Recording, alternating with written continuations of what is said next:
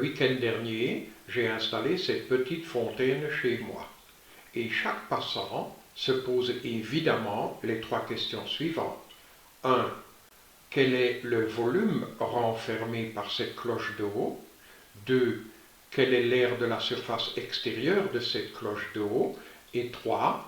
Quelle est la longueur de la trajectoire parcourue par chaque goutte d'eau de la sortie de la pompe jusqu'à la surface de l'eau? Nous allons modéliser cette cloche d'eau par la fonction f dont le graphique est représenté ici. Ça, c'est la fonction f qui, à tout nombre x, associe la racine carrée de x.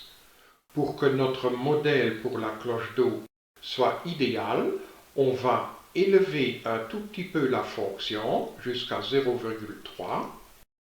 La cloche est un peu trop haute ici. Nous allons rétrécir la hauteur jusqu'à 2.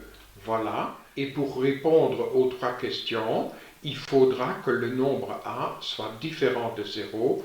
Donc nous allons prendre pour a 0,1. Ce modèle-là correspond effectivement à peu près à notre cloche d'eau.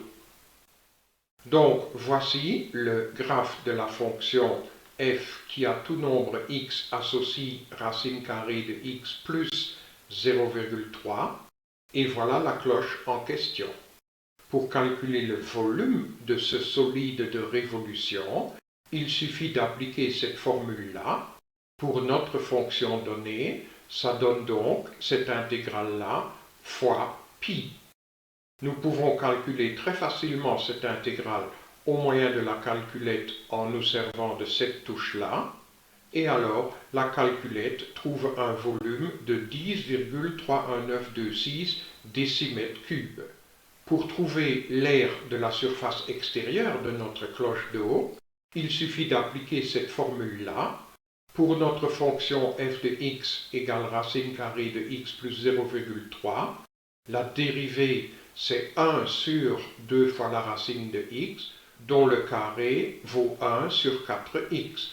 Donc en appliquant cette formule-là, nous trouvons cette intégrale fois 2pi à calculer, intégrale que nous introduisons de nouveau dans la calculette, et celle-ci nous livre tout de suite la valeur de l'air extérieur. L'air extérieur vaut 17,46538 décimètres au carré. Pour trouver la longueur de la trajectoire de chaque goutte d'eau, il suffit de calculer la longueur de cet arc de courbe-là qu'on trouve au moyen de cette formule-là.